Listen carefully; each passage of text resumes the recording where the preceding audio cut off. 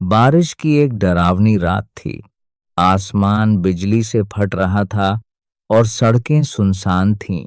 अर्जुन, एक rice business family का इकलौता बेटा, अपनी स्पोर्ट्स बाइक पर शहर से बाहर निकला हुआ था। वो गुस्से में था क्योंकि उसके घर वाले उसकी शादी जबरदस्ती तय करना चाहते थे। तेज रफ्तार। फिर अचानक सामने बैलगाड़ी आ जाती है। अरे हटो! ब्रेक लगते ही बाइक फिसलती है और अर्जुन गहरी खाई के किनारे जा गिरता है। उसी रात पास के गांव में काव्या, एक सीधी सादी मेहनती लड़की, अपने बीमार पिता के लिए जड़ी बूटियां लेने निकली होती है। बारिश में उसे कराहने की आवाज सुनाई देती है। क कोई है क्या? काव्या डरते डरते आगे बढ़ती है और देखती है एक नौजवान खून से लथपथ पड़ा है। गांव का छोटा सा घर। काव्या और उसके पिता अर्जुन को घर लाते हैं। गांव का वैद्य कहता है, जान तो बच गई है, लेकिन सिर में गहरी चोट है, याददाश्त जा सकती है। और वही होता है। सुबह अर्जुन उठता है। मैं कौन हूं? उसे कुछ भी याद नहीं रहता। 3 दिन 3 रात काव्या उसकी सेवा करती है। दवा, खाना, देखभाल। धीरे धीरे अर्जुन को काव्या के साथ एक अजीब सा सुकून मिलने लगता है। वो खुद को अमन नाम बता देता है। सच्चाई सामने आती है।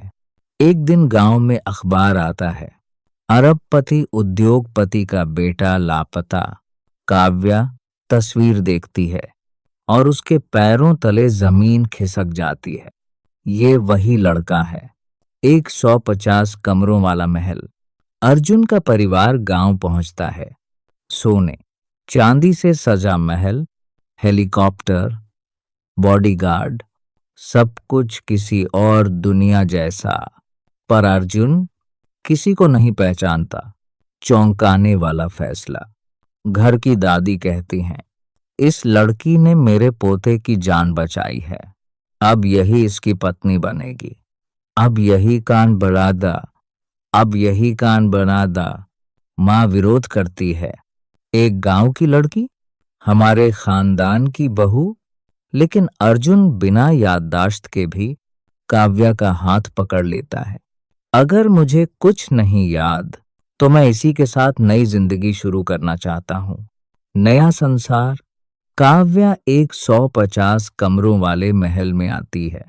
ऑटोमेटिक दरवाजे, हीरे जड़े फर्श, प्राइवेट थिएटर, हेलीपैड। पर सबसे ठंडा होता है उसकी सांस का दिल। ट्विस्ट। एक दिन महल के पुराने मंदिर में अर्जुन को जोर का सिर दर्द होता है। उसे सब याद आ जाता है, पूरा अतीत। और वो सबके सामने कहता है, मुझे याद है। और याद है कि जब मैं सब कुछ भूल चुका था, तब जिसने मुझे इंसान समझा वो सिर्फ काव्या थी। अंत। अर्जुन अपनी माँ से कहता है, अगर इस घर में मेरी पत्नी की इज्जत नहीं तो ये महल भी मेरे किसी काम का नहीं।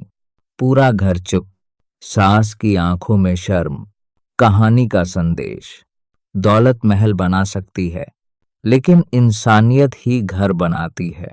ऐसी ही और वीडियो देखने के लिए चैनल को लाइक करें, सब्सक्राइब करें, बेल आइकन को ऑल पर सेट करें।